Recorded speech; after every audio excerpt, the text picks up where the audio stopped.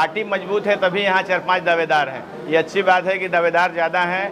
जो लोग भी घूमेंगे, जैसे आज हम लोग यहाँ आए, इस विधानसभा से रिलेटेड आदमी होगा तो बहुत अच्छा होगा। लोग अपने आसानी से अपने विधायक से, अपने जनप्रतिनिधि से मिल सकेंगे, अपनी बातों को रख सकेंगे। आबादी के हिसाब से ही इस पार्टी कोई भी हो वो टिकट देती है। अमूमन जिस क्षेत्र में जिस जात जिस बिरादरी का वोट ज़्यादा रहता है, पब्लिक के साथ डोर टू डोर जाके लोगों को समझाएं। सर, जो हमारी पार्टी का जो भी मैनिफेस्टो है, जो योजना है, उसको लोगों को बताएं।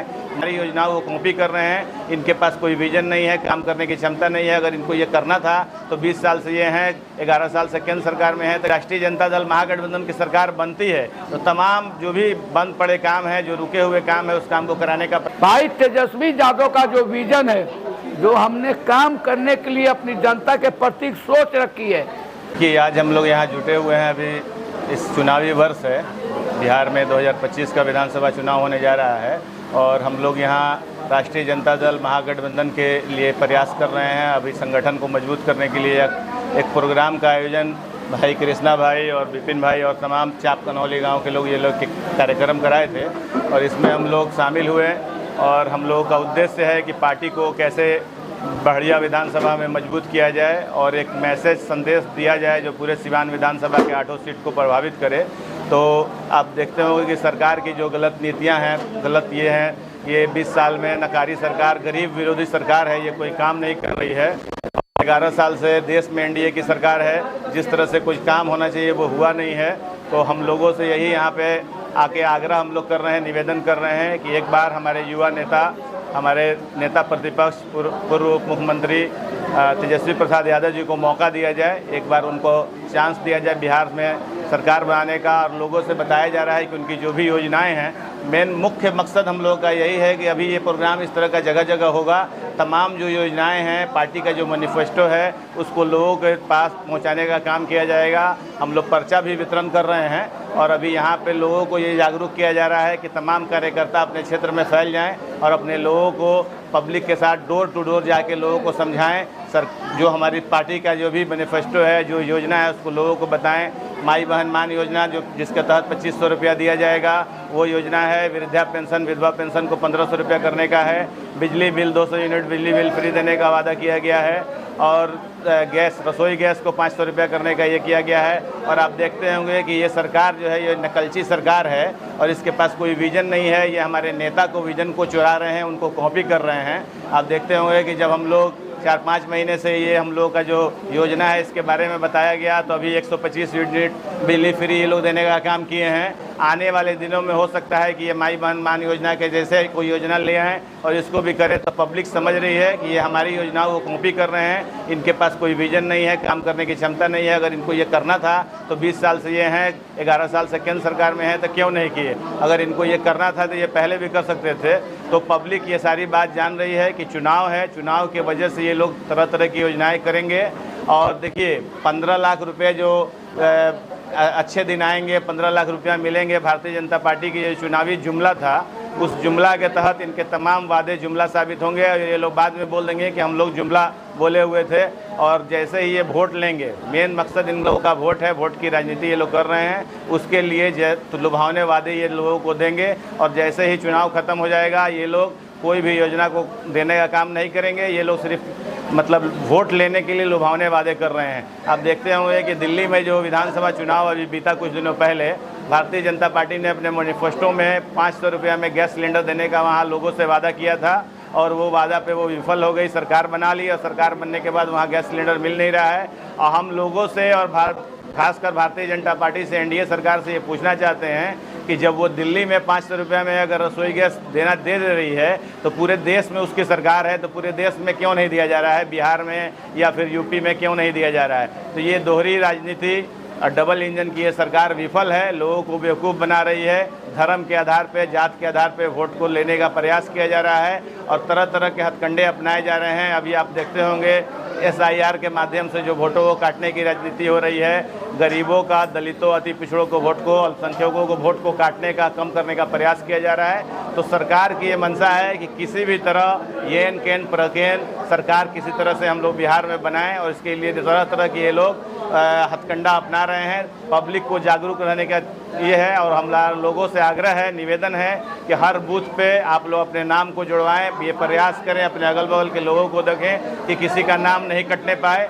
सरकार की जो गलत नीतियां हैं, गलत पॉलिसियां हैं, इसको विफल करना है, फेल करना है। आप बड़हरिया क्रॉस करके आए हैं, आप ही के विधायक हैं इस क्षेत्र में, आपको लगा कि रोड सही है या पानी पूरा जमा हुआ, बड़हरिया पानी में डूब गया है, या जामू रोड क्रॉस किए होंगे? आपने जब संबोधन कर रहे थे कह रहे थे मेरे विधायक की गलती किए होंगे, आप इस बात को स्वीकार कर रहे हैं? देखिए, हम लोग क्षेत्र में घूम रहे हैं, थोड़ा बहुत विरोध है और विरोध होना जायज़ भी है। लोगों के बारे में, लोगों के मन में जो ये है, तो उसके लिए हम सब लोगों से क्षमा भी मांग रहे हैं और हमारे यही आग्रह है कि देखिए, आगे पीछे क्या हुआ है इसके चक्कर में नहीं पड़ना है। एक बार आप लोग सरकार बनाइए। अगर बिहार में हमारी राष्ट्रीय जनता दल महागठबंधन की सरकार बनती है तो तमाम जो भी बंद पड़े काम हैं, जो रुके हुए काम है, उस काम को कराने का प्रयास किया जाएगा। तो आप यहाँ से अच्छे विधायक भी चुने और सरकार बिहार में बनाएं। सरकार बनेगी, तमाम तरह की काम होगी। ठीक है, देखिए, विधायक काम नहीं किए या किए, जो भी बात है, मतलब यहाँ तो बिहार में एनडीए की सरकार है 20 सालों से, उसके बारे में भी आप लोगों को सवाल करना चाहिए कि उन लोगों ने भी तो काम नहीं किया। ये ज़रूरी नहीं है कि अगर बिहार बड़हरिया में या सिवान में कहीं भी रोड पर पानी लग रहा है या कुछ लग रहा है तो सिर्फ विधायक जिम्मेदार नहीं है, सरकार भी जिम्मेदार है। तो सरकार को भी इसके बारे में सोचना चाहिए। और आप देखिए, बड़हरिया में जो स्टेडियम का एक निर्माण था जो आधा अधूरा पड़ा हुआ है, उस समय एनडीए की यहाँ सरकार थी, एनडीए के विधायक थे और आज तक उस काम को हुआ नहीं और पता नहीं किस वजह से मतलब वो काम रुका हुआ है। तो हम लोगों से यही आग्रह करेंगे कि एक बार आप लोग राष्ट्रीय जनता दल महागठबंधन की सरकार बनाएं, तमाम रुके हुए काम पूरे कराने का प्रयास किया जाएगा। इसकी जितनी हिस्सेदारी उसकी उतनी भागीदारी तेजस्वी यादव जी कहते हैं। सीवान में 8 विधानसभा सीट है।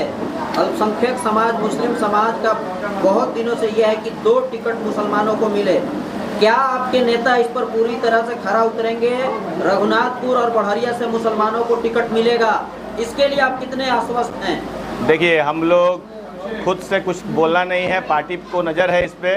और देखिए, सिवान जो है वो एक माइनॉरिटी बहुल क्षेत्र है। यहाँ से आप देखते होंगे कि 9 बार लोकसभा सांसद हुए हैं। ये 17वां लोकसभा चल रहा है अभी फ़िलहाल प्रेजेंट में, और जिसमें 9 बार सिवान से मुस्लिम लोकसभा सांसद चुने गए हैं। 4 बार मेरे परिवार से सांसद हुए हैं। 4 बार डॉक्टर मोहम्मद साहबुद्दीन साहब सांसद थे। 1 बार अब्दुल गफूर साहब सांसद थे, 9 बार। और 1 बार राज्यसभा सांसद आस मोहम्मद अंसारी यहाँ से हुए हैं। तो ये साबित करता है कि ये मुस्लिम डोमिनेंट एरिया है, मुस्लिम बहुल क्षेत्र है, तभी यहाँ से 9-9, 10-10 मुस्लिम सांसद हुए हैं। तो पार्टी को इस पर नज़र है और हम लोग को उम्मीद है कि बड़हरिया से, रघुनाथपुर से या सिवान में 8 विधानसभा में 2 विधानसभा मुसलमानों को मिलेगा। और देखिए, आबादी के हिसाब से ही पार्टी कोई भी हो वो टिकट देती है।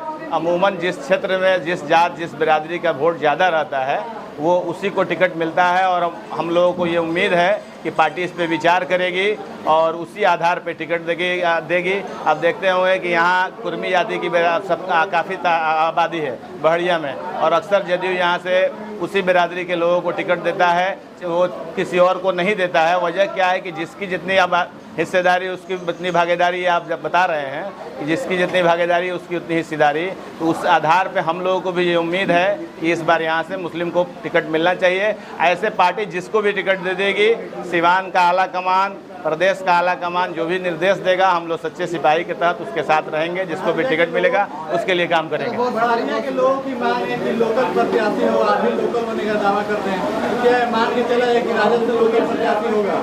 देखिए, लोकल क्या मतलब, अब लोगों के मन में क्या है, लोकल का मतलब यही होता है कि सिवान का जो भी होगा वो लोकल ही होगा। सिवान विधानसभा हम लोग अपने एड्रेस में जो लिखते हैं वो सब कुछ लिखने के बावजूद जिला में सिवान ही लिखते हैं। अब लोकल की क्या परिभाषा है इसके बारे में हम डिस्कस नहीं करना चाहते हैं। हम पहले भी बता चुके हैं अपने बारे में, अब लोगों के बारे में तो पार्टी जो भी फैसला लेगी। देखिए, आप लोग देखते होंगे कि चुनाव कोई कहीं से भी जाकर लड़ लेता है। बड़े बड़े नेता तो समझिए कि दूसरे जिला में जाकर लड़ लेते हैं। तो इस जिला का आदमी होना चाहिए और इस विधानसभा का, अगर इस विधानसभा से रिलेटेड आदमी होगा तो बहुत अच्छा होगा। लोग अपने आसानी से अपने विधायक से, अपने जनप्रतिनिधि से मिल सकेंगे, अपनी बातों को रख सकेंगे। उचित स्थान होना चाहिए, अच्छे लोग होंगे, अपने लोगों के साथ कनेक्ट रहेंगे, अपने लोगों के साथ मिलते रहेंगे। तो वैसे ही जनप्रतिनिधि को चुनिए जिससे आसानी से मुलाकात हो जाए, अपने कामों को लोग अपने विधायक से आसानी से मिले, अपने कामों को कराएं। जेडीयू के जितने भी संभावित प्रत्याशी हैं वो एक दूसरे से लड़ रहे हैं, जिससे जनता बड़ी कंफ्यूज है। देखिए, ऐसी बात नहीं है, हेल्दी कंपटीशन होना चाहिए, लड़ तो कोई नहीं रहा है। हाँ देखिए, पार्टी मजबूत है तभी यहाँ 4-5 दावेदार हैं। ये अच्छी बात है कि दावेदार ज़्यादा हैं।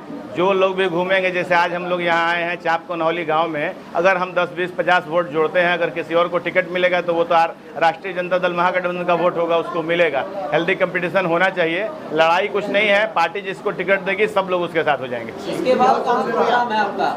आज का जो प्रोग्राम इसके बाद कहाँ कब होगी? अभी आज ही उखई में है और फिर समूहपुर में है, और 3 बजे वहाँ सिवान शहर में भगवान पैलेस में एक छोटा सा प्रोग्राम है। तो आज दिन भर हम लोग इस सब प्रोग्राम में हैं। और ऐसे ही प्रोग्राम? जी, अभी ऐसा प्रोग्राम उखई में और शंभूपुर में है, और जैसा भी कुछ आगे प्रोग्राम होगा तो हम लोग खबर करेंगे, आप लोग उसमें आइएगा। लालू यादव जिंदाबाद, राजमाता राबड़ी देवी जिंदाबाद, भाई तेजस्वी जिंदाबाद, यूथ आइकन ओसामा साहब जिंदाबाद, अवध बिहारी चौधरी जिंदाबाद, और डॉक्टर मोहम्मद शहाबुद्दीन साहब अमर रहे। सिवान की जनता जिंदाबाद, बुढ़हरिया विधानसभा की क्षेत्र की जनता जिंदाबाद, और क्षेत्र संख्या 18 जिला परिषद के चाप कोनहौली की जनता जिंदाबाद।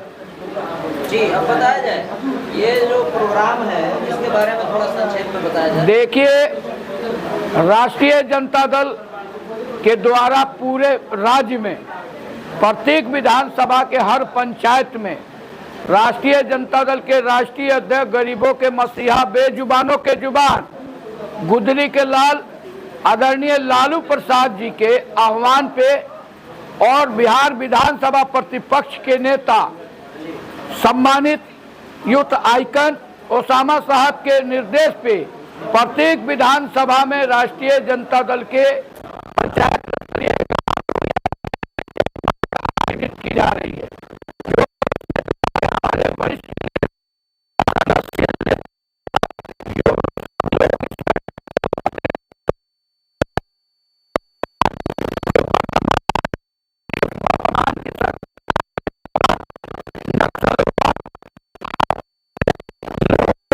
अपहरण, बलात्कार और राज्य पलायन जो हो रहा है उसको हमको अपनी जनता जनार्दन को अवगत कराना है, बताना है। जो हमारे नेता प्रतिपक्ष भाई तेजस्वी यादव का जो विजन है, जो हमने काम करने के लिए अपनी जनता के प्रति सोच रखी है, जो 2,500 रुपया हमने मान योजना के नाम से, जो माई बहन मान योजना है, उसको जनता को अवगत कराना इस बैठक के माध्यम से। जो 1,500 रुपया हमारे नेता ने कहा है बूढ़ा पेंशन, उसको कराना है। सरकार यदि बनती है तो राज्य से प्लान रोकना है। जो नौजवान दूसरे राज्य में जाके उनको मारा जाता है, अपमानित किया जाता है, हमारे राज्य में कल कारखाना लगाने का हम काम करेंगे। हमें हमारी सरकार के जो अगर बनती है तो हमें engineering college, medical college, paramedical college, degree college, महिला कॉलेज को स्थापित करेंगे और रोजगार की व्यवस्था यही करेंगे। इसी विजन को लेकर, इसी कार्यक्रम को लेकर पूरे प्रदेश के अनेक गांव में राष्ट्रीय जनता दल आयोजन इस तरह की बैठक कर रही है। आज सौभाग्य की बात है कि हमारे बीच राष्ट्रीय जनता दल के तेज तर्रार नेता दरबार से अनवारुल हक आज यहाँ आए हैं। पूरे विधानसभा में हम सब लोग उम्मीदवारी के हैसियत से नहीं, बल्कि दल के सिपाही के हैसियत से, दल के नेता के हैसियत से, यूथ नेता भाई तेजस्वी जी के हाथों को क्या साफ सुथरी वो बात कर रहे हैं कि यदि अगर पार्टी हम पर भरोसा करती है, राष्ट्रीय अध्यक्ष हम पर भरोसा करते हैं, तेजस्वी जी हम पर भरोसा करते हैं, हेना साहब और ओसामा साहब हम पर भरोसा करते हैं, यदि अगर टिकट देते हैं तो निश्चित हम लड़ने का काम करेंगे। अगर पार्टी हमारी किसी अन्य व्यक्ति को टिकट देती है तो मजबूती के साथ हम अपने दल को मजबूत करेंगे, उनके साथ रहेंगे। और निजी कोई अपना कार्यक्रम करता है और अपने कार्यकर्ताओं को, अपने नेताओं को नहीं आमंत्रित करता है तो उसका मसला है, इस पे हम कोई टिप्पणी नहीं करना चाहते हैं। राजद का होता है आपके पास? राजद बहुत बड़ा परिवार है। राजद बहुत बड़ा, आपने देखा होगा कि पिछले लालू जी के जन्मदिन पे पूरे राज्य में जन्मदिन उनका मनाया गया था, मगर इस बात की खुशनसीबी है हमारे विधानसभा में कि हमारे विधानसभा में अनेक राष्ट्रीय जनता दल के नेता ने अनेक जगह कार्यक्रम करने का काम किया, जिसमें सबसे ज़्यादा कार्यक्रम 3-4 जगह अनवारुल हक ने केक काट के दलित बस्तियों में करने का काम किया और दल को मजबूत करने का काम किया अनवारुल हक साहब ने। लोग तेजस्वी यादव को तो चाहते हैं, लेकिन स्थानीय विधायक से लोग काफी नाराज हैं, तो जनता फिर आप लोगों के पास क्या विकल्प है? देखिए, हमारे पास विकल्प यही है कि हमारे दल, हम किसी भी एक परिवार को चलाने का सिस्टम होता है। हमारे दल, हम जिस दल में रहते हैं और चाहे कोई भी पॉलिटिकल पार्टी, उस दल का एक संविधान, एक नीति है। अन्ना यादव मेरा नाम हुआ जी राजद के पुराने कार्यकर्ता हैं। जी जी। तो एक शिष्टाचार मीटिंग रखे हुए थे जिसमें हम अनवारुल साहब को अपना इनवाइट किए थे।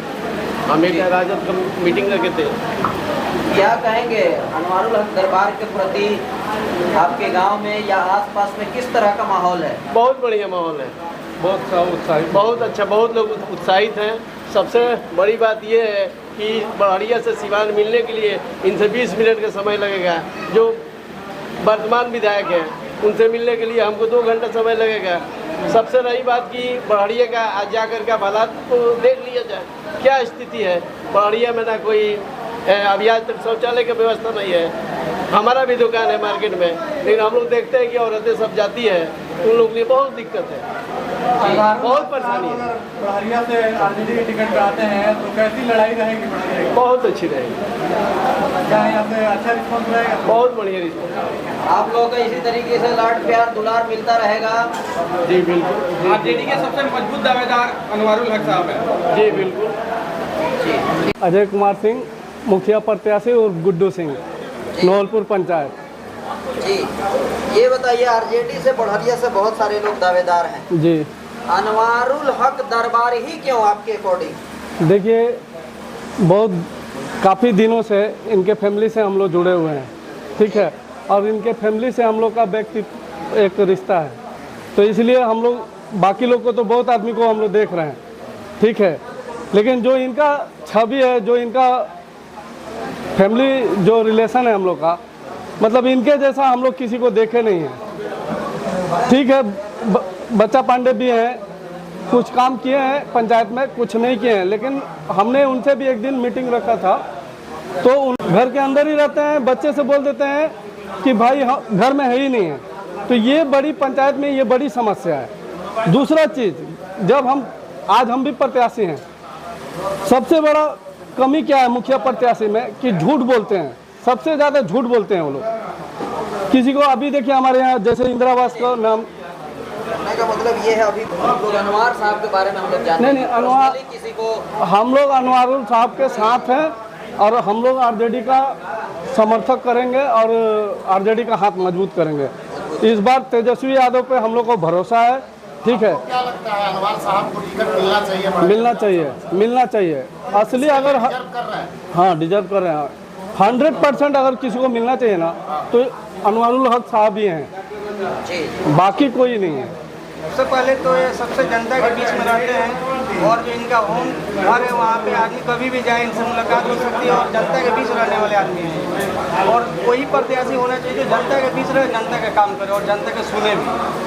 और कहीं भी हो, आप हॉस्पिटल हो या स्कूल हो, कहीं भी आप जाइए, यहाँ पर कोई सुनने वाला नहीं है, तो प्रत्याशी वैसा होना चाहिए जो जाए अपनी बात सुनाए और आपकी बात के लिए और आपकी बात करें। आसानी से नेताजी से मुलाकात हो जाती आसानी से मिल सकते हैं। नेताजी हमेशा आपसे मिलने वाले आदमी हैं, आप कभी भी बोलिए वो आ जाएंगे। इतने बारिश में आ गए, आप देख ही रहे हैं, बाकी साहब तो कोई दिखाई नहीं दे रहे हैं कि कोई भी आदमी नहीं आने वाले।